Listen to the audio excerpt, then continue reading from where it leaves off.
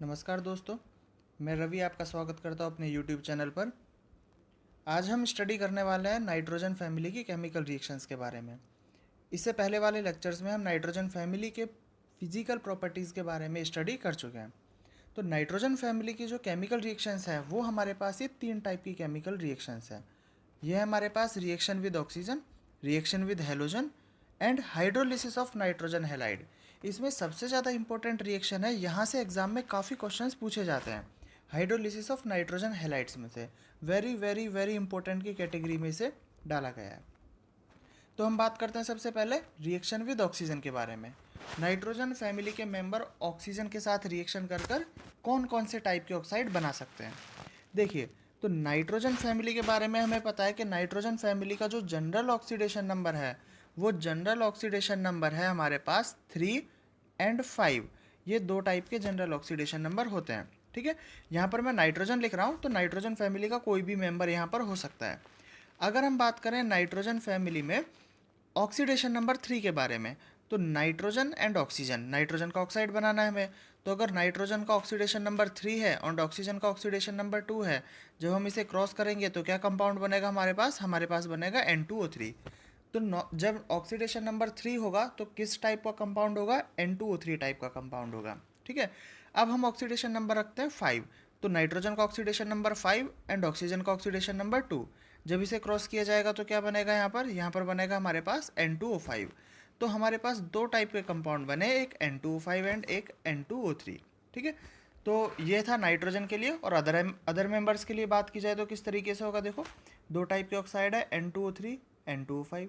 अगर फॉस्फोरस के लिए बात की जाए तो सेम टाइप का ऑक्साइड P2O3 P2O5। इसी तरीके से आर्सेनिक के लिए बात करें तो AH2O3 and AH2O5 same. Antimony के लिए भी सेम ऑक्साइड होगा एंड बिस्मिथ के लिए भी हमारे पास सेम ऑक्साइड होगा O2 and O3 and O5। ठीक है, ये हुए हमारे पास नाइट्रोजन फैमिली के ऑक्साइड्स। अब हम बात करते हैं इनके कुछ मिसकंसेप्शंस के बारे में। देखिए, इनके ऑक्साइड के बारे में, खासकर नाइट्रोजन के ऑक्साइड के बारे में स्टूडेंट को कुछ मिसकंसेप्शन होते हैं जिनकी वजह से वो एग्ज़ाम में क्वेश्चंस गलत करके आते हैं। वो मिसकंसेप्शंस क्या क्या हैं उसके बारे में मैं बता देता हूँ। सबसे पहले हमारे पास जो नाइट्रोजन के ऑक्साइड के बारे में मिसकंसेप्शन है वो ये है कि जनरली ऐसा सोचा जाता है कि जो ऑक्सीडेशन नंबर होता है वो उसके नंबर ऑफ बॉन्ड को रिप्रेजेंट करता है। जैसे नाइट्रोजन का जो ऑक्सीडेशन नंबर है वो है 5। नाइट्रोजन के N2O5 में नाइट्रोजन का जो ऑक्सीडेशन नंबर है वो है 5, लिख देता हूँ मैं ऑक्सीडेशन स्टेट। तो यहाँ पर ऐसा सोच लिया जाता है कि नाइट्रोजन टोटल 5 बॉन्ड बना सकता है। लेकिन अगर आपने प्रीवियस लेक्चर्स देखे हैं तो उसमें पता चलेगा कि नाइट्रोजन 5 बॉन्ड कभी भी नहीं फॉर्म कर सकता। नाइट्रोजन की मैक्सिमम जो कोवलेंसी होती है वो होती है 4। नाइट्रोजन मैक्सिमम 3 कोवलेंट बॉन्ड और एक कोऑर्डिनेट बॉन्ड बना सकता है। तो टोटल नंबर ऑफ बॉन्ड कितने फॉर्म कर सकता है नाइट्रोजन? ओनली 4 बॉन्ड ही फॉर्म कर सकता है, जिसमें 3 कोवलेंट बॉन्ड होंगे और एक कोऑर्डिनेट बॉन्ड होगा। ये हमेशा के लिए याद रखना, आगे के कंपाउंड्स में भी काम आएगा। तो ऑक्सीडेशन नंबर फिर 5 कैसे हो जाता है? तो अगर हम N2O5 की स्ट्रक्चर की बात करें तो N2O5 की स्ट्रक्चर कुछ इस तरीके से होती है। देखिए, ये N2O5 की स्ट्रक्चर है। ठीक है, अब यहाँ पर देखिए नाइट्रोजन का जो ऑक्सीडेशन नंबर है वो ऑक्सीडेशन नंबर तो नाइट्रोजन का 5 ही है, लेकिन अगर नंबर ऑफ बॉन्ड के बारे में बात की जाए तो नंबर ऑफ बॉन्ड नाइट्रोजन के लिए टोटल अभी भी 4 ही हैं। कैसे? जैसे नाइट्रोजन के लिए देखो, नाइट्रोजन एंड इस नाइट्रोजन के चारों तरफ एक covalent bond era, 2 covalent bond हमारे पास ये रहे, तो टोटल 3 कोवलेंट बॉन्ड हुए और एक कोऑर्डिनेट बॉन्ड ये रहा। तो नाइट्रोजन के सराउंडिंग टोटल अभी भी कितने बॉन्ड ही बन रहे हैं? हमारे पास 4 ही बॉन्ड बन रहे हैं, जिनमें 3 कोवलेंट और एक कोऑर्डिनेट बॉन्ड है। जबकि इसका ऑक्सीडेशन नंबर कितना है? अभी नाइट्रोजन का ऑक्सीडेशन नंबर है 5। तो हमको ये याद रखना है 5 ऑक्सीडेशन नंबर का मतलब बिल्कुल ये नहीं है कि नाइट्रोजन 5 बॉन्ड वहाँ बना सकता है। नाइट्रोजन यहाँ भी मैक्सिमम कितने बॉन्ड बनाएगा? ओनली 4 बॉन्ड बनाएगा। ठीक है, इसके बाद हम सेकंड मिसकंसेप्शन की बात करते हैं। सेकंड मिसकंसेप्शन ये है कि nitrogen only 3 and 5 oxidation number के ही ऑक्साइड बनाता है। तो हमें याद रखना है कि नाइट्रोजन 1 to 5 मतलब 1 2 3 4 एंड 5 इन पांचों ऑक्सीडेशन नंबर के ऑक्साइड्स बना सकता है। कौन कौन से ऑक्साइड्स होंगे? वो होंगे हमारे पास, जब ऑक्सीडेशन नंबर 1 है तो N2O। जब ऑक्सीडेशन नंबर 2 है तो कंपाउंड होगा NO। जब ऑक्सीडेशन नंबर 3 है तो कंपाउंड होगा N2O3। ऑक्सीडेशन नंबर जब 4 होगा तो इसे हम बोलेंगे N2O4 और NO2। ऑक्सीडेशन नंबर कितना होगा यहाँ पर? 4। और N2O5 में कितना ऑक्सीडेशन नंबर होगा हमारे पास? 5। तो नाइट्रोजन कितने टाइप के ऑक्साइड बना पा रहा है यहाँ पर? नाइट्रोजन टोटल 5 टाइप के ऑक्साइड बना पा रहा है, जिनमें ऑक्सीडेशन नंबर कहाँ से कहाँ तक वेरी कर रहा है दोस्तों? देखिए 1 to 5 तक इसका ऑक्सीडेशन नंबर वेरी कर रहा है। तो ये कंसेप्ट हमको नाइट्रोजन के ऑक्साइड के बारे में बहुत ध्यान याद रखने हैं। देखिए जैसे स्लाइड की फॉर्म में देखते हैं इसको।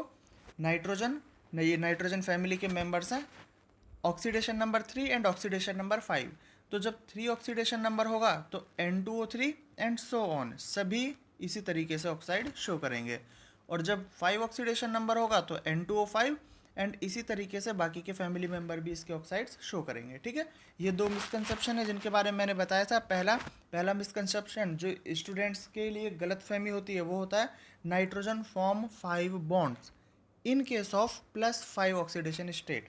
अगर नाइट्रोजन का ऑक्सीडेशन स्टेट +5 है तो हमें बिल्कुल ये नहीं सोचना है कि नाइट्रोजन 5 बॉन्ड बना सकता है, ये गलत है। दूसरा है नाइट्रोजन फॉर्म ओनली 2 ऑक्साइड्स, जैसे यहाँ पर शो किया हुआ है ओनली +3 एंड +5। तो नाइट्रोजन का जनरल ऑक्सीडेशन नंबर +3 एंड +5 होता है नाइट्रोजन फैमिली का, लेकिन नाइट्रोजन के ऑक्साइड +1 to +5 पांचों ऑक्साइड्स यहाँ पर फॉर्म होते हैं। ठीक है, नेक्स्ट बात करते हैं हम लोग नाइट्रोजन के हैलाइड के बारे में, नाइट्रोजन फैमिली के हैलाइड के बारे में। तो देखिए जैसा भी मैंने बताया कि नाइट्रोजन फैमिली मतलब ये हमारे पास नाइट्रोजन फैमिली है, ठीक है। इनका जो जनरल ऑक्सीडेशन नंबर होता है वो जनरल ऑक्सीडेशन नंबर है हमारे पास 3 एंड 5। तो अगर जनरल ऑक्सीडेशन नंबर से देखें तो क्या क्या कंपाउंड बन सकते हैं हमारे पास हेलोजन के केस में? देखिए NCl3 NCl5, PCl3 PCl5, ASCl3 ASCl5, SbCl3 SbCl5 and BiCl3 BiCl5। ये कंपाउंड हमारे पास बन सकते हैं। क्यों? क्योंकि इनका जनरल ऑक्सीडेशन नंबर कितना है? जनरल ऑक्सीडेशन नंबर है यहाँ पर 3 एंड 5। लेकिन यहाँ पर जो इम्पोर्टेंट टर्म है जो हमें याद रखना है वो याद क्या रखना है? जैसे अभी जस्ट मैंने थोड़ी देर पहले बताया कि नाइट्रोजन मैक्सिमम कितने कोवलेंट बॉन्ड बना सकता है? नाइट्रोजन ओनली 3 कोवलेंट बॉन्ड ही बना सकता है। नाइट्रोजन 3 कोवलेंट बॉन्ड से कभी भी ज़्यादा नहीं बना सकता। तो NCl5 में कितने कोवलेंट बॉन्ड शो किए गए हैं? यहाँ पर 5 कोवलेंट बॉन्ड शो किए गए हैं, जो कि पॉसिबल नहीं है। अब पॉसिबल क्यों नहीं है इसके बारे में भी हम बात कर लेंगे। वैसे हम ऑक्सीडेशन नंबर में डिटेल में पढ़ चुके हैं, लेकिन एक बार उसे रिवाइज करेंगे हम लोग। ठीक है, एंड दूसरा गलत क्या है? गलत कंपाउंड क्या है यहाँ पर? वो गलत कंपाउंड है हमारे पास BiCl5, क्योंकि Bi का +5 ऑक्सीडेशन नंबर भी स्टेबल नहीं होता। Bi के केस में ओनली स्टेबल ऑक्सीडेशन नंबर क्या है? 3। तो Bi बनाएगा हमारे पास, Bi एंड नाइट्रोजन दोनों ओनली 3 ऑक्सीडेशन नंबर वाले शो करेंगे, जिसके अंदर ऑक्सीडेशन नंबर 3 होगा। एंड बाकी सभी कंपाउंड P से Sb ये 3 एंड 5 दोनों ऑक्सीडेशन नंबर वाले यहाँ पर कंपाउंड शो करेंगे। ठीक है, तो अब हम बात कर लेते हैं कि नाइट्रोजन +5 वाला कंपाउंड क्यों नहीं बनाता। तो ये डिपेंड करता है इसके ऑक्सीडेशन नंबर के ऊपर। देखिए जैसे अगर हम नाइट्रोजन के बारे में बात करें तो नाइट्रोजन का जो इलेक्ट्रॉनिक कन्फिग्रेशन है वो इलेक्ट्रॉनिक कन्फिग्रेशन है 1s2 2s2 2p3। तो 1s2 2s2 2p3 में जब इलेक्ट्रॉन्स को फिल किया जाएगा तो ये है हमारे पास 2s2 और इसके पास एक एक करके 3 अनपेयर्ड इलेक्ट्रॉन होंगे, और इन 3 अनपेयर्ड इलेक्ट्रॉन की वजह से ही ये 3 कोवलेंट बॉन्ड बना पाएगा। ठीक है, अब नाइट्रोजन के केस में 2d ऑर्बिटल की अनअवेलेबिलिटी है। 2d ऑर्बिटल यहाँ पर अवेलेबल है ही नहीं। तो नाइट्रोजन अपने इस पेयर्ड वाले इलेक्ट्रॉन्स को अनपेयर नहीं कर सकता, ये हमेशा पेयर की फॉर्म में ही होगा। और ये पेयर बॉन्ड तभी बनाएगा जब ये कोऑर्डिनेट बॉन्ड बना पाए। इन केस ऑफ ऑक्सीजन ये कोऑर्डिनेट बॉन्ड बना पाता है, तो नाइट्रोजन +5 ऑक्सीडेशन नंबर शो कर सकता है। लेकिन in case of halogen, halogen के केस में कोई भी हेलोजन ऐसा नहीं है जो इस लोन पेयर को एक्सेप्ट कर पाए। जब लोन पेयर एक्सेप्ट नहीं होगा तो ये कोऑर्डिनेट बॉन्ड नहीं बना पाएगा। तो इस केस में नाइट्रोजन का ऑक्सीडेशन नंबर क्या रह जाएगा हमारे पास, only and only 3 oxidation number हो जाएगा। ठीक है, तो ये था नाइट्रोजन के लिए। बिस्मिथ के लिए अगर बात किया जाए तो बिस्मिथ के केस में +3 एंड +5 नाइट्रोजन फैमिली के जनरल ऑक्सीडेशन नंबर है, लेकिन +5 इसका ऑक्सीडेशन नंबर स्टेबल नहीं होता। किस वजह से, due to inert pair effect. Inert pair effect की वजह से इसमें जो 6s ऑर्बिटल है, 6s2 ऑर्बिटल है, ये 6s2 ऑर्बिटल वाले इलेक्ट्रॉन अनपेयर नहीं हो पाते, क्योंकि 6s2 ऑर्बिटल इलेक्ट्रॉन का न्यूक्लियस की तरफ अट्रैक्शन ज़्यादा होता है, तो ये हमेशा पेयर की फॉर्म में ही बना रहता है। ठीक है, तो नाइट्रोजन की तरह बिस्मिथ भी +5 सिर्फ तभी शो कर पाएगा अगर ये अपने लोन पेयर को कहीं डोनेट कर सका। तो अगर ये अपने लोन पेयर को कहीं डोनेट कर पाएगा तो +5 ऑक्सीडेशन नंबर शो कर सकता है, नहीं तो only and only +3 he oxidation number ये शो करेगा। तो ये था हमारे पास हेलोजन के लिए। ठीक है, देखते हैं इसे आगे डिटेल में। ये है reaction of nitrogen family with halogen. किस किस तरीके से हो सकता है, देखो जैसे बताया, नाइट्रोजन अगर Cl2 से रिएक्शन करेगा तो ओनली NCl3 बनाएगा, NCl5 फॉर्म नहीं कर सकता। ठीक है, फॉस्फोरस से एंड एंटीमनी तक 3 एंड 5 दोनों टाइप के ऑक्साइड दोनों टाइप के हैलाइड बन सकते हैं। Bi के केस में BiCl3, लेकिन BiCl5 नहीं बन सकता। ठीक है, यहाँ पर BiF5 बहुत ये कंपाउंड हमें नेचर के अंदर मिलता है, लेकिन बहुत रेयरली मिलता है। बहुत रेयरली मिलने का मतलब है ये कंपाउंड बहुत कम क्वांटिटी के अंदर और अनस्टेबल फॉर्म में मिलता है, लेकिन चूंकि मिलता है इसलिए यहाँ पर सिर्फ लिख दिया गया है कि BF5 नाम का कंपाउंड एग्जिस्ट करता है। बाकी हमें ध्यान रखना है किसी भी हेलोजन के साथ में ये +5 ऑक्सीडेशन नंबर शो नहीं करेगा। ठीक है, नेक्स्ट है हमारे पास NCl5। Why NCl5 is not formed while PCl5 can be formed. NCl5 नहीं बनता, PCl5 क्यों बन सकता है, इसके बारे में हम डिस्कस कर चुके हैं। NCl5 क्यों नहीं बनता, क्योंकि NCl5 के अंदर एक पेयर्ड इलेक्ट्रॉन होता है। लेकिन अगर PCl5 की बात की जाए तो इसका इलेक्ट्रॉनिक कन्फिग्रेशन ध्यान से देखिए, 1s2 2s2 2p6 3s2 3p3 and 3d0। तो जब हम इसे फिल करेंगे ये है हमारे पास 3s2 और ये है हमारे पास 3p3। ठीक है, तो अब इसमें जो पेयर इलेक्ट्रॉन है, अगर थोड़ी सी एनर्जी लेने के बाद ये पेयर इलेक्ट्रॉन d ऑर्बिटल में जंप लगा जाए, तो d ऑर्बिटल में जंप लगाने के बाद total number of unpaired electron अब कितने हो जाएंगे हमारे पास, 5 अनपेड इलेक्ट्रॉन हो जाएंगे। जब 5 अनपेड इलेक्ट्रॉन हो जाएंगे तो ये +5 ऑक्सीडेशन नंबर शो कर सकता है। तो PCl5 यहाँ पर कंपाउंड फॉर्म हो सकता है। ठीक है, तो ऑक्साइड्स एंड हैलाइड्स ये खत्म हो चुके हैं हमारे पास। अब हम बात करते हैं hydrolysis of halides of nitrogen.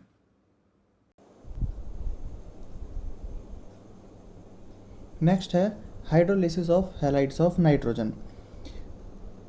देखिए गाइज, इसके बारे में पहले से ही बता देता हूँ आपको। जब भी हमारे पास हाइड्रोलिसिस की रिएक्शन के बारे में पूछा जाएगा पी ब्लॉक में, तो जब किसी भी, सिर्फ नाइट्रोजन फैमिली की बात नहीं कर रहा हूँ मैं, सभी फैमिलीज़ की बात कर रहा हूँ, जब किसी भी फैमिली के हैलाइड का हाइड्रोलिसिस किया जाता है तो हमें सिंपल कंसेप्ट ये याद रखना है कि उसमें जिस भी मेंबर के बारे में बात की जा रही है, तो किसी भी मेंबर का हैलाइड जिस भी ऑक्सीडेशन नंबर का होगा, H2O से रिएक्शन करने के बाद उसी ऑक्सीडेशन नंबर का वो क्या बनाएगा, एसिड बनाएगा। ठीक है, हमें याद रखना है। जैसे देखो नाइट्रोजन फैमिली का एग्जांपल ले लेते हैं हम लोग, बाकी ये सभी फैमिलीज़ के लिए अप्लाई होता है। हम बात करेंगे बोरोन फैमिली के बारे में भी और कार्बन फैमिली के बारे में भी।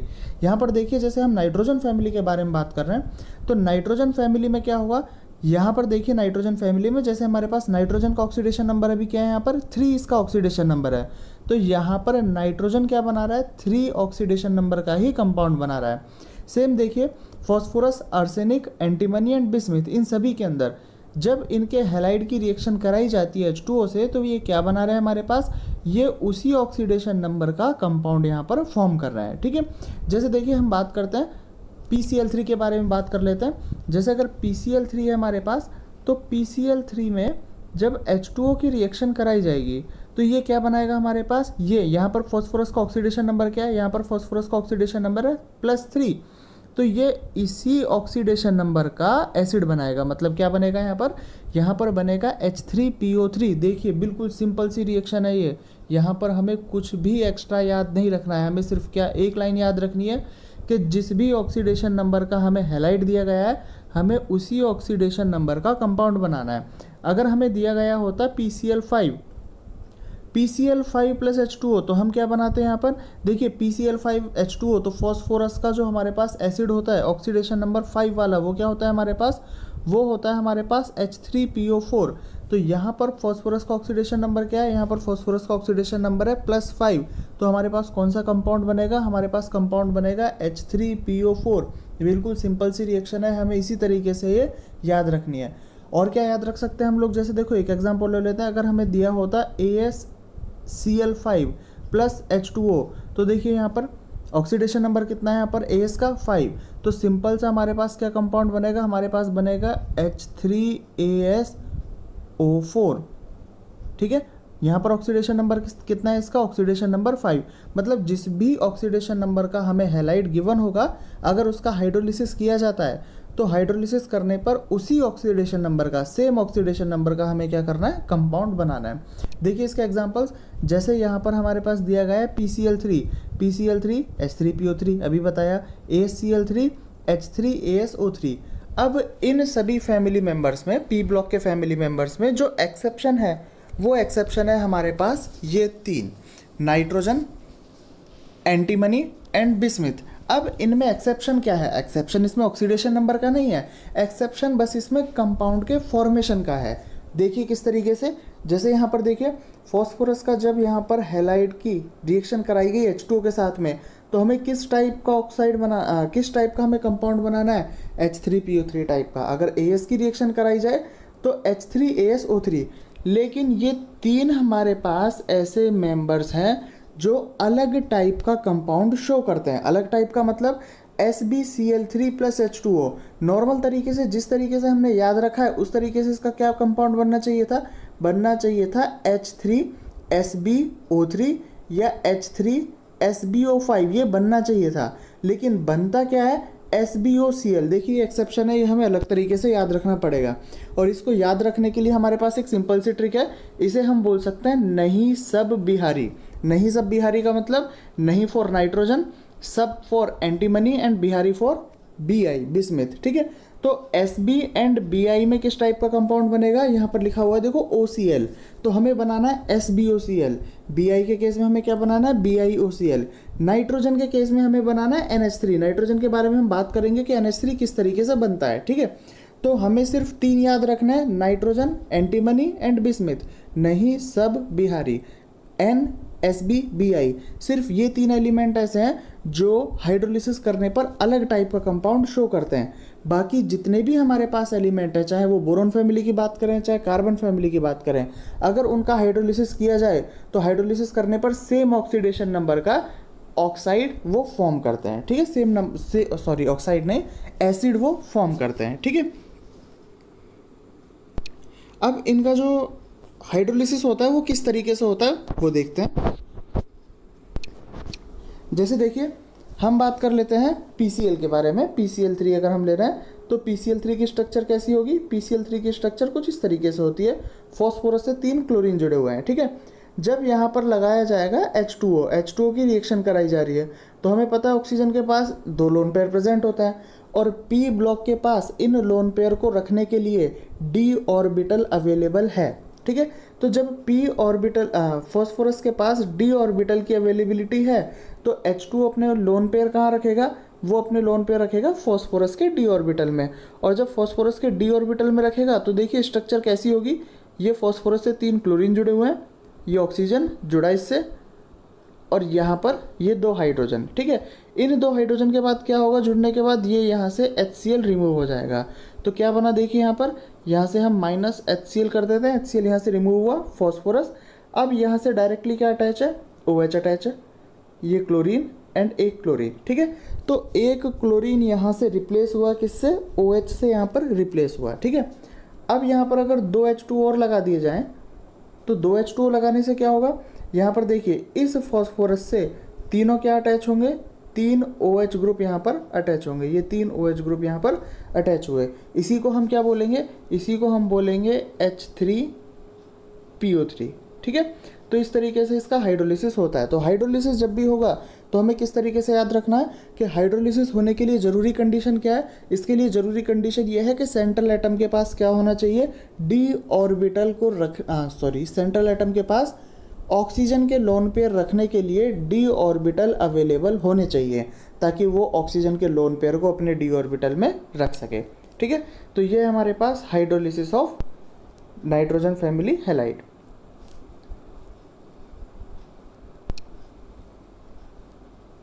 नेक्स्ट बात करते हैं, देखिए हम यहाँ पर गलती होने के चांसेस क्या है। देखिए गलती के, हम इसे एक्चुअल में गलती नहीं बोल सकते, थोड़ी सी कन्फ्यूज़न बोल सकते हैं। जैसे अगर हमें कोई भी कंपाउंड दिया गया है BCl3, देखिए बताया था मैंने बोरोन फैमिली है, तो बोरोन फैमिली भी इसी तरीके से कंपाउंड बनाएगी। तो BCl3 + H2O, यहाँ पर बोरोन का ऑक्सीडेशन नंबर क्या है, बोरोन का ऑक्सीडेशन नंबर है यहाँ पर +3। तो ये किस टाइप का कंपाउंड बनाएगा, ये उसी टाइप का कंपाउंड बनाएगा जिसमें बोरोन का ऑक्सीडेशन नंबर क्या होगा, +3 ही होगा। तो देखिए उसी टाइप का ये एसिड है। तो H3BO3 क्या बनेगा यहाँ से, H3BO3 नाम का यहाँ से कंपाउंड बनेगा, बोरिक एसिड हम इसे बोलते हैं। तो कन्फ्यूज़न क्या हो सकता है, कभी कभी ऑप्शन में हमको ये H3BO3 ना दे के BOH थ्राइस भी हमें दे सकता है। तो ये कन्फ्यूज़न क्रिएट हो सकता है कि हमने तो पढ़ा था कि उसी ऑक्सीडेशन नंबर का एसिड वहाँ से बनेगा, लेकिन BOH थ्राइस देखने से लगता है ये बेस है, क्योंकि यहाँ पर OH ग्रुप दिखाई दे रहा है।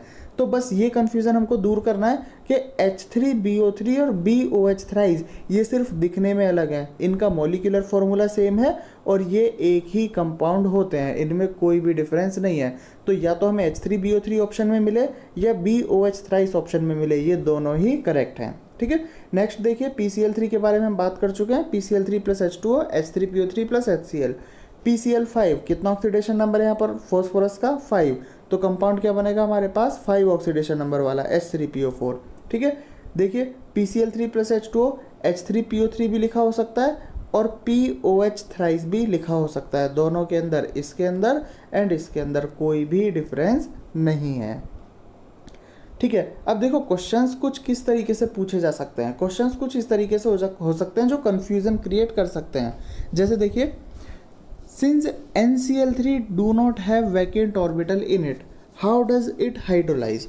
जैसे मैंने अभी बताया था कि हाइड्रोलिसिस होने के लिए क्या ज़रूरी है, फॉस्फोरस का हाइड्रोलिसिस हमने कैसे किया।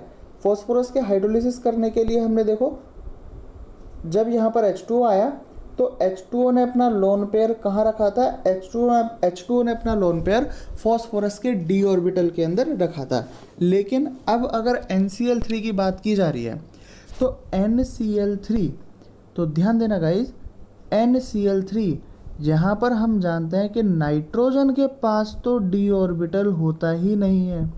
नाइट्रोजन तो मैक्सिमम कहाँ तक जाता है, ये तो मैक्सिमम 2p तक ही जा सकता है। जब नाइट्रोजन के पास d ऑर्बिटल है ही नहीं तो ये हाइड्रोलिसिस कैसे कर सकता है। तो इसके लिए देखो ध्यान दो, नाइट्रोजन से क्या जुड़ा हुआ है, नाइट्रोजन से क्लोरीन जुड़े हुए हैं, और क्लोरीन का इलेक्ट्रॉनिक कन्फिग्रेशन अगर देखा जाए तो इसके पास 3d ऑर्बिटल अवेलेबल होता है।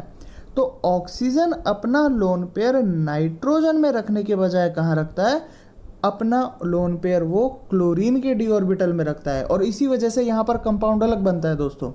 जैसा हमने पहले पढ़ा था नहीं सब बिहारी, उसमें क्या था हमारे पास, उसमें नाइट्रोजन में NH3 बन रहा था। वो NH3 किस वजह से बनता था वो हम देखिए, यहाँ पर देखते हैं NH3 क्यों बनता था।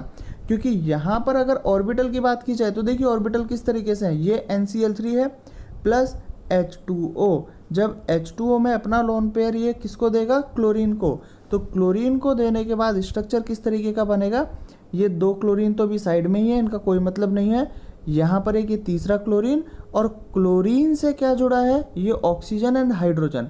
जब ये ऑक्सीजन एंड हाइड्रोजन जुड़ेंगे तो यहाँ से रिमूव क्या होगा, वहाँ पर HCl रिमूव हुआ था, लेकिन यहाँ पर जो बाय प्रोडक्ट की फॉर्म में रिमूव होगा वो होगा HOCl। तो जब यहाँ पर HOCl रिमूव होगा तो प्रोडक्ट बनेगा N, ये H आया, एक क्लोरीन यहाँ एंड एक क्लोरीन यहाँ। देखिए फॉस्फोरस के केस में एक क्लोरीन रिमूव होके OH आया था, यहाँ पर एक क्लोरीन रिमूव होके क्या आया है, H आया है। जब हम बाकी दोनों क्लोरीन को भी रिमूव करके H लगाएंगे तो हमारे पास जो मेजर प्रोडक्ट बनेगा वो क्या बनेगा, NH3 हमारे पास बनेगा। तो उम्मीद करता हूँ ये समझ में आया होगा कि नाइट्रोजन फैमिली में नाइट्रोजन के हाइड्रोलिसिस से NH3 क्यों बनता है। ये अलग टाइप का हमारे पास प्रोडक्ट बनता है। ठीक है, तो देखिए ये लिखा हुआ है, जैसे यहाँ पर NCl3 है, NCl3 में H2 अपना लोन पेयर किसको डोनेट करता है, क्लोरीन को। इसी की वजह से हाइड्रोलिसिस पॉसिबल हो पाता है। लेकिन अगर क्लोरीन की बजाय कोई ऐसा एटम होता, अगर फ्लोरीन होता, तो फ्लोरीन के केस में d ऑर्बिटल अवेलेबल नहीं होता, तो क्या वहाँ पर हाइड्रोलिसिस पॉसिबल हो पाता, नहीं, वहाँ पर हाइड्रोलिसिस पॉसिबल नहीं हो पाता। ठीक है, तो NCl3 प्लस H2O क्या बना, NH3 प्लस HOCl। मैंने बताया जैसे भी HOCl किस तरीके से रिमूव होता है। ये बैलेंस्ड इक्वेशन नहीं है। यहाँ पर अगर देखा जाएगा तो यहाँ पर कितने मॉलिक्यूल लगेंगे, यहाँ पर 3 मॉलिक्यूल H2O के लगेंगे और 3 मॉलिक्यूल यहाँ से HOCl के रिमूव होंगे। देखिए H2O ने अपना लोन पेयर क्लोरीन को दिया, यहाँ से HOCl रिमूव हुआ और HOCl रिमूव होके क्या बना हमारे पास, NCl2H। फिर 2 मॉलिक्यूल और आएंगे H2O के और एक एक करके इन क्लोरीन को भी रिमूव कर देंगे और प्रोडक्ट क्या बनाएंगे, NH3 प्रोडक्ट बनाएंगे। ठीक है, नेक्स्ट है हमारे पास, देखिए why NCl3 hydrolyse but NF3 do not. कितना सिंपल क्वेश्चन है। देखिए NCl3 हाइड्रोलाइज होता है लेकिन NF3 नहीं होता है। सबसे पहले हम बात करेंगे NCl3 हाइड्रोलाइज क्यों होता है, क्योंकि H2O को लोन पेयर डोनेट करने के लिए d ऑर्बिटल मिल जाते हैं, इसीलिए NCl3 हाइड्रोलाइज हो जाता है। प्रोडक्ट क्या बनते हैं, NH3 एंड HOCl। लेकिन NF3 के केस में देखा जाए तो NF3 में ऑक्सीजन के पास जो लोन पेयर हैं उनको ना तो नाइट्रोजन एक्सेप्ट कर सकता है और ना फ्लोरीन एक्सेप्ट कर सकता है। यहाँ पर एक भी ऐसा एटम नहीं है जो ऑक्सीजन के लोन पेयर को अपने d ऑर्बिटल में रख सके, क्योंकि इनके पास d ऑर्बिटल ही नहीं है।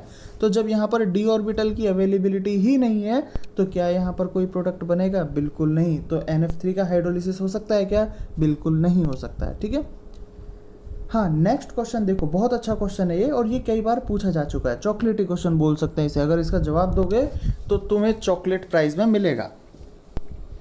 Y NCl3 hydrolyse but CCl4 do not. NCl3 hydrolysis NCl3 का हाइड्रोलिसिस हो सकता है लेकिन CCl4 का हाइड्रोलिसिस नहीं हो सकता। देखिए पहले मैं क्वेश्चन को अच्छे से समझा देता हूँ। इनके अंदर क्या सिमिलरिटीज़ हैं, नाइट्रोजन एंड कार्बन दोनों का सेंट्रल एटम, दोनों के पास ही यहाँ पर कोई भी d ऑर्बिटल नहीं है। नाइट्रोजन की बात की जाए तो 3 क्लोरीन जुड़े हुए हैं और इन क्लोरीन की वजह से इनका हाइड्रोलिसिस हो सकता है, क्योंकि H2 अपना लोन पेयर कहाँ देगा, इन क्लोरीन को देगा। ठीक है, कार्बन के केस में यहाँ पर भी क्या है, यहाँ पर 4 क्लोरीन जुड़े हुए हैं। जब ये 4 क्लोरीन जुड़े हुए हैं तो एक्चुअल में होना क्या चाहिए था, जब NH3 में हाइड्रोलिसिस हो सकता है तो क्या ये अपना लोन पेयर यहाँ डोनेट नहीं कर सकता, बिल्कुल कर सकता है। लेकिन जब CCl4 का हाइड्रोलिसिस कराया जाता है तो CCl4 का हाइड्रोलिसिस पॉसिबल नहीं हो पाता, प्रैक्टिकली पॉसिबल नहीं है। तो इसका रीज़न क्या हो सकता है, देखिए इसका रीज़न क्या होगा, इसका रीज़न है स्टेरिक हिंड्रेंस। स्टेरिक हिंड्रेंस मतलब यहाँ पर कार्बन के चारों तरफ क्लोरीन के बड़े साइज जुड़े हुए हैं और इन बड़े साइज की वजह से H2O यहाँ पर अटैक करने के लिए d ऑर्बिटल में अपने लोन पर रखने के लिए नहीं आ पाएगा, क्योंकि यहाँ पर ये क्लोरीन यहाँ पर देखिए दोस्तों 4 यहाँ पर क्लोरीन है, ये एक दूसरे को इतना ज़्यादा रिपल करेंगे कि यहाँ पर H2O अटैच ही नहीं हो पाएगा। तो अगर पूछा जाए कि NCl3 हाइड्रोलाइज क्यों होता है, ये हाइड्रोलाइज होता है क्योंकि ऑक्सीजन अपना लोन पेयर क्लोरीन को देता है। लेकिन CCl4 में क्यों नहीं दे पाता, क्योंकि 4 क्लोरीन एटम जुड़े होने की वजह से ये क्लोरीन एटम एक दूसरे को रिपल करते हैं और इस बड़े साइज के रिपल्सन की वजह से यहाँ पर हाइड्रोलिसिस पॉसिबल नहीं हो पाता। ठीक है, तो मेन रीज़न क्या है हमारे यहाँ पर, मेन रीज़न है यहाँ पर हमारा स्टेरिक हिंड्रेंस। ठीक है, स्टेरिक हिंड्रेंस की वजह से यहाँ पर हाइड्रोलिसिस पॉसिबल नहीं हो पाएगा। Next, compound of nitrogen family. अब हमें नाइट्रोजन फैमिली के एक करके कंपाउंड पढ़ते हैं। सबसे पहले हम बात करेंगे डाइनाइट्रोजन की। डाइनाइट्रोजन, देखिए डाइनाइट्रोजन का फिजिकल प्रॉपर्टीज एंड प्रिपरेशन के बारे में बात करते हैं।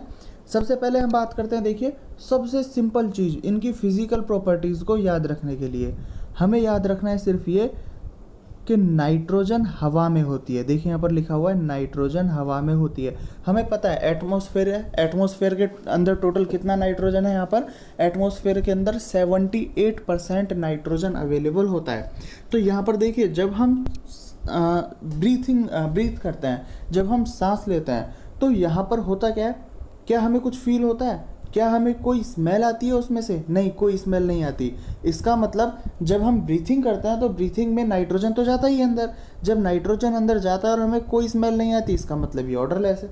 ठीक है, एटमॉस्फेयर में अपनी जीभ बाहर निकाल के देखिए, क्या तुम्हें कोई टेस्ट आ रहा है? एयर का कोई टेस्ट होता है? एयर का कोई टेस्ट नहीं होता। और इस एयर में 78% क्या है? नाइट्रोजन है। इसका मतलब नाइट्रोजन टेस्टलेस होती है। ठीक है, नाइट्रोजन, एयर हमें दिखाई देती है क्या? नहीं दिखाई देती। जब एयर हमें दिखाई नहीं देती तो नाइट्रोजन क्या हुआ? नाइट्रोजन कलरलेस हुआ। ठीक है, नेक्स्ट टॉक्सिक और नॉन टॉक्सिक। तो सीधी सी बात है, N2 गैस, जब हम इस N2 को अपने लंग्स के अंदर एक्सेप्ट कर सकते हैं तो ये क्या होगा? ये नॉन टॉक्सिक गैस होगी। अगर ये टॉक्सिक होती तो क्या हम सांस ले पाते? बिल्कुल नहीं ले पाते। एटमॉस्फेयर में 1-2 बार सांस लेने पे ही हमारी डेथ हो जाती। तो यहाँ से नाइट्रोजन के बारे में हमें क्या पता लगा? हमें सामने देखने पर ही पता लग रहा है एटमॉस्फेयर के अंदर 78% नाइट्रोजन है। तो हमें अपने सराउंडिंग क्या क्या फील हो रहा है? हमें अपने सराउंडिंग की एयर के अंदर कोई कलर दिखाई नहीं देता, मतलब कलरलेस। कोई स्मेल नहीं आती, मतलब ऑर्डरलेस। कोई टेस्ट नहीं है, टेस्टलेस। और ये नॉन टॉक्सिक तो है ही। नेक्स्ट है हमारे पास, हमें ये चीज़ याद रखनी है कि जो नाइट्रोजन गैस होती है वो इनर्ट गैस होती है। ध्यान रखना, ये जो N2 गैस है, N2 एक इनर्ट गैस है। ठीक है, इनर्ट गैस का मतलब ये नहीं है कि ये नोबल गैस के ग्रुप के अंदर आ जाएगा। वहाँ पर पीरियोडिक टेबल में हम एटम्स लिखते हैं, यहाँ पर मॉलिक्यूल की बात चल रही है। N इनर्ट नहीं है, N2 इनर्ट है। दोनों के बीच का डिफरेंस देखना, N इनर्ट नहीं है, N तो रिएक्शन करता है, N2 गैस इनर्ट है। अगर N2 गैस इनर्ट है तो सबसे बड़ी खुशी की बात तो ये है कि N2 गैस की कोई केमिकल प्रॉपर्टीज़ ही नहीं होने वाली। N2 गैस किसी के साथ रिएक्शन ही नहीं करेगा तो उसकी कोई केमिकल प्रॉपर्टी हमारे पास आने ही वाली नहीं है। ठीक है, तो क्या याद रखना है हमको? N2 is inert. और इनर्ट क्यों होता है? क्योंकि नाइट्रोजन और नाइट्रोजन के बीच के जो बॉन्ड होते हैं, ये बॉन्ड बहुत ज़्यादा स्ट्रॉन्ग बॉन्ड होते हैं। इनके बीच में 2p ओवरलैपिंग होता है, जिसकी वजह से स्ट्रॉन्ग बॉन्डिंग बनाते हैं। और स्ट्रॉन्ग बॉन्ड बनाएंगे तो इनको ब्रेक करना मुश्किल होता है, ये इजीली ब्रेक नहीं होते। इसलिए N2 क्या होगा हमारे पास? N2 हमारे पास इनर्ट गैस की फॉर्म में प्रेजेंट रहेगा। ठीक है, हम बात करते हैं आगे, प्रिपरेशन ऑफ नाइट्रोजन।